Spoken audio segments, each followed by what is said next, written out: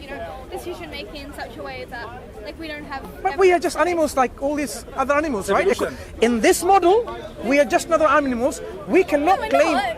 We're not. We cannot We not. have consciousness, Okay. and we can recognize each other in the mirror, and I can pull up a list of why we're not like any other animal. But sure. Where did consciousness arise in this model? I have no idea. I'm not a scientist. This is where this model you doesn't read work. A book that No. someone gave you that you have Audrey, this is learned how. from birth. So far, have I quoted anything from the book? Any book? No.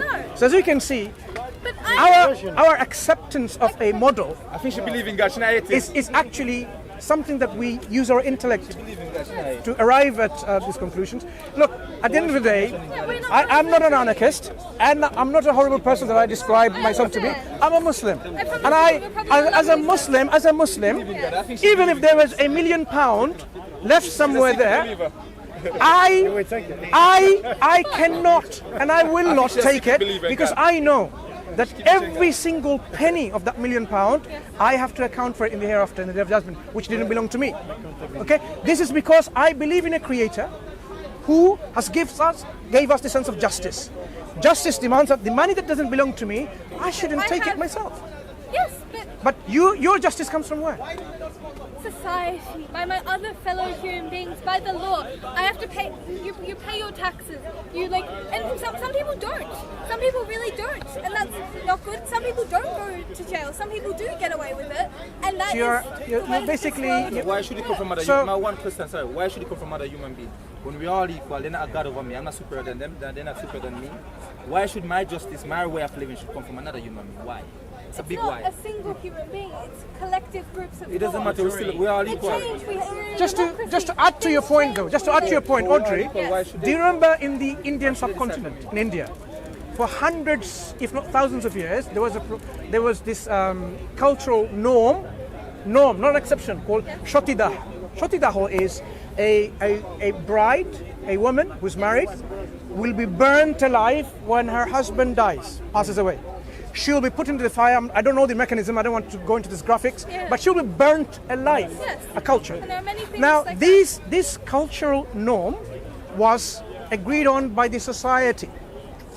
Now, I'm sure you agree with that, right? Because it's a society that agrees. I did not say societies were always just right. So basically now, what we are now coming up I did with, not say we are correct in so what this. we are now coming up with, societal laws and regulation, as the brother is saying, is something that is going to constantly change due to our whims and desires Yes. and our ideas and so on. Yes, because as we have seen, Yeah. society constantly changes and flows and goes back and That means forth, there's no and right and wrong. It means it changes. If it means No, changes means there cannot be any right and wrong. Shotidaho, doesn't. wife burning alive Yes. was a right thing to do. If you were not doing that yourself or your family, you'd be committing something called societal Homosexual wrong. was wrong to do. Yeah, But no, societal okay for them. wrong. So if you were there back then, before it's now outlawed Yes. and totally removed from our culture, if back then, if you didn't burn yourself willingly, for example, when there, you'll be considered to be committing a wrong, societal wrong. So as you're now defining, the rights and wrongs seems to be defined by the society, which can change. But the system that we are introducing to you, as you realize, this is an introduction to our system of Islam. Society doesn't make things right and wrong. There is an absolute standard which we can use, from which we will say this is right, this is wrong. Because that only then we can say something is right, something is wrong. Otherwise, you cannot come along and say this is right, this is wrong.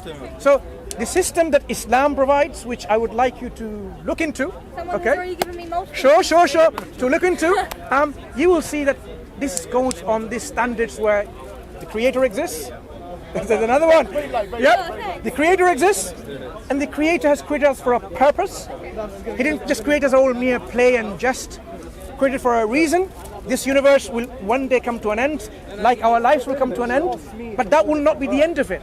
There will be judgment and accountability based on our belief and deeds, and then there will be another life, which is life either in a good place of tranquility, happiness, joy and bliss, or another place where there is misery, suffering, torture and pain. We would like you to consider, where would you like to go? Sister, you see what happened a while ago when you go back to a creator, then you bring back the conversation to where we was from before. Well, because talking about the creation, the beginning of creation of the universe, the Big Bang, and that implies that we're talking about a creator. When we talk about the three options and we turn on two of them because it didn't make no sense logically.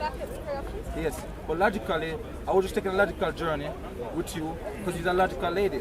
That it didn't make no sense logically and you was agreeing that yes, that doesn't make no sense, turn it down.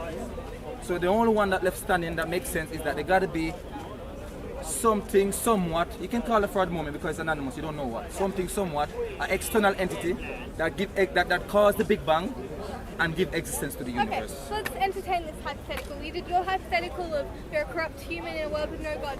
Okay, there is a God. How do you know your story is correct? How do you know your book is the right one? We can actually explore the idea of this possibility, just like we explored. Right.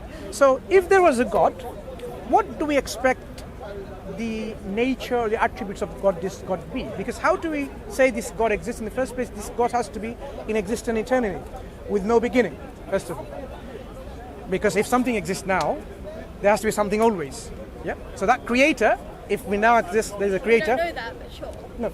In this model, now there's a creator. Cool. It is now rationally conclusible, or what do you say? Conclusive. Conclusive. No, something that you can conclude. Rationally we can conclude, you can see how my English is, sometimes I'm stuck. We can only rationally conclude that being, God, has to be eternal. Yes. It cannot be a being that is began to exist at one point. At some Yeah, point, yes. yeah. It's So an always been eternal here, being. always will be Okay. here. Now, if a being exists eternally, Yes. that being has to exist with maximal perfection, would not be limited by any imperfection. Give an example to illustrate. If that being has created this universe, demonstrating this power and energy involved, that being will be all powerful, not be limited, like I'm a limited power, I can only do certain things. No, because if a being didn't exist, there is nothing that restricts eternally that power that being, the creator has. So the power that being will have will be unlimited, absolute power. Likewise, if that being has knowledge, will not be limited, not be bound, will be unlimited, all knowledgeable. Yes. So if you now use this example about the will be the will which will be absolute as well.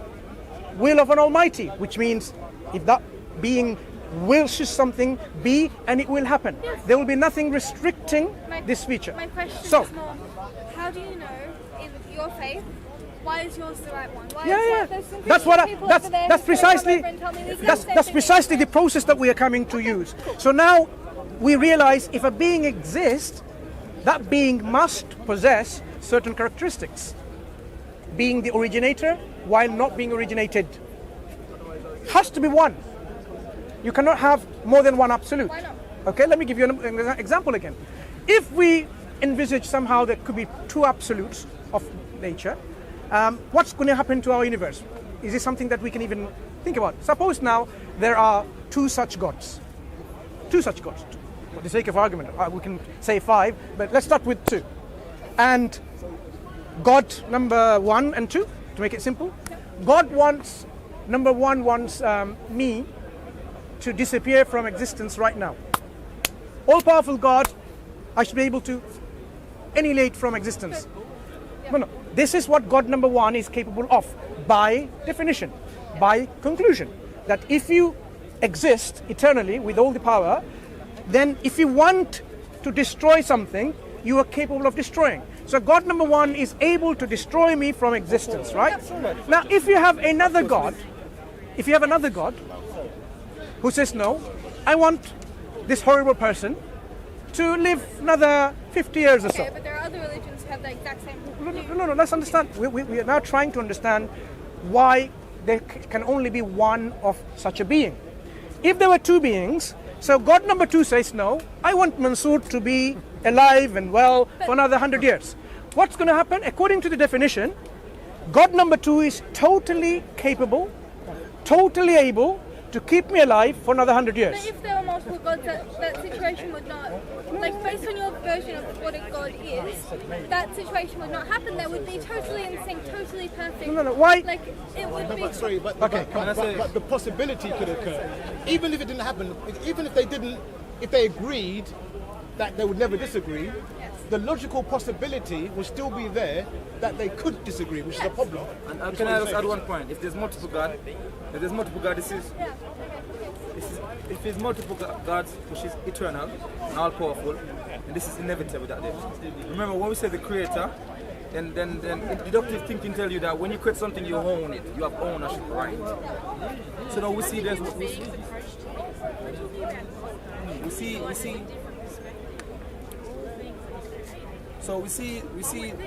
homogeneous nature.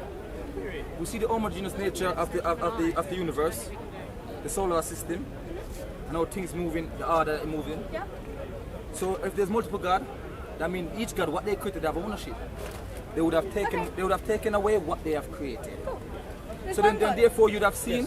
Does that make sense though? Yeah, because this one god buys yours. No, okay. So logically and rationally, it makes sense to be one God. Sure. Okay. So why is this one God? Now, the version that we are presenting to you is actually a God who is the originator without being originated, everlasting with no end, the one who is absolute, the one who is only, and the one who is unique, has to be unique, and the one who doesn't have any lineage, because he won't be one anymore, there'll be more than one, or children, or any parentage where any parents and forefathers and so on. Yeah. For example, in Christianity, it's all 3 in 1. It's not multi. There is the Son. Would that make sense though? 3 in 1. No, because they are the same being as well. They're the It's same. not really the same bearing. One of the things we come here in Speaker's Corner, as you realize, Audrey, we discuss this concept of Trinity, and you'll find that actually I haven't met anyone who coherently has explained rationally. They will say, look, Trinity is not something that you should use your mind for. You should stick to the book, Revelation, because it's a mystery. Mystery card displays when something is obviously irrational. So Trinity cannot be rationally explained coherently at all. Yeah. So when you said I can't. I won't be able to win this. no, it's not winning, You will not be Audrey. able to win If you this. think if it's winning and losing, let's end the discussion here. We don't come here to win an argument. Okay, I apologize if you thought, I do apologize sincerely to you, Audrey. If you ever felt this is about winning the argument over you, I think I'm going to leave this conversation right now, okay? Leave you time to think, okay? But what I will do is, because we did not finish our conversation, that our belief is Islam. Yes. We are Muslims, submit and surrender to the will of one true God. And this is what we would have called you to. But as I say, I'm leaving the conversation now. I would like you to, read the Quran, the book of these Muslims, and then perhaps maybe one another day when you speak with another Muslim somewhere, continue your discussion, Audrey. Continue your discussion. Is that okay? Nice talking to you. Thank you for talking to me. I hope you're happy in your religion. I hope your God serves you well. I hope God guides all of us, you and me, closer and closer to the truth. Take care. You asked why. When you ask it, you say it. You give the example, say, well, okay, there's a... No. That's not your mission. That's the purpose. But I've talked to you and said, which is fine with me. I was just Finish? Что надо увидеть? Севастополь?